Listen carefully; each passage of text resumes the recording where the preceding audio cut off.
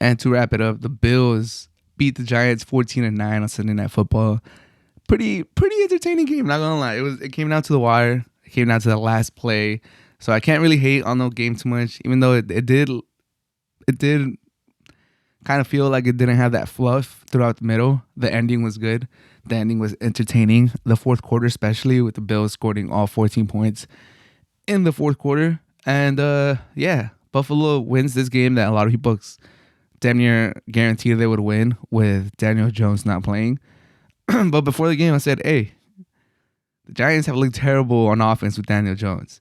And he's gotten sacked like crazy. A lot of it, which I think is his fault. So let's see how they do with Tyrod Taylor. Let's see how they do.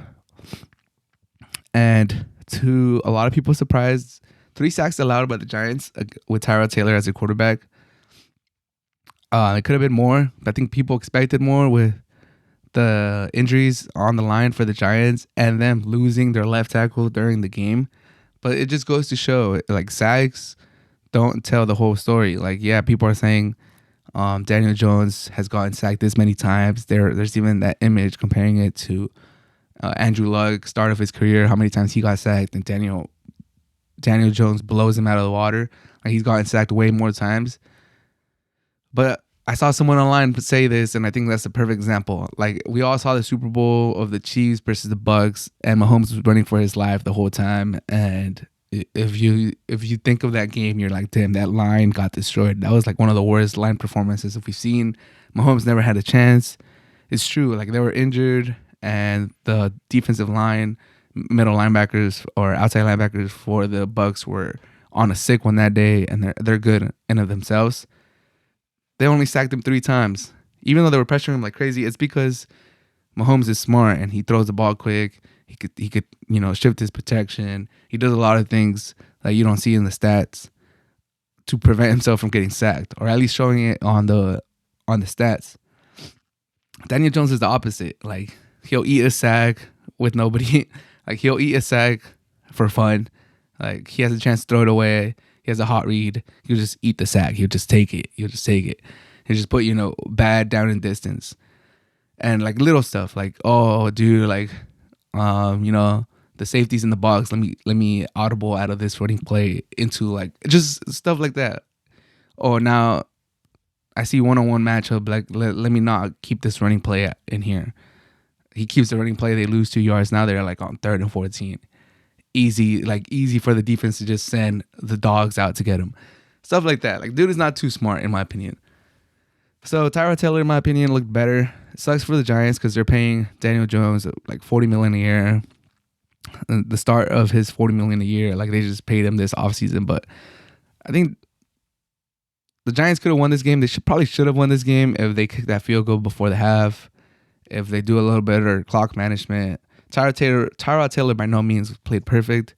He made some good throws though, but like I said, this New York Giants offense hasn't scored a touchdown since it's been like 3 games. So it's been a minute. They still didn't score one with Tyrod Taylor under the helm. So I'm not like saying Tyrod Taylor is like amazing, but he came in. He's not the regular starter. He's not. He's not in rhythm. His line was even more depleted than when Daniel Jones was in. So for him to get there, to get the start and not look terrible, props to Tyrod Taylor, especially against the Bills in Buffalo, Sunday Night Football, hella cold out. Props to Tyrod Taylor.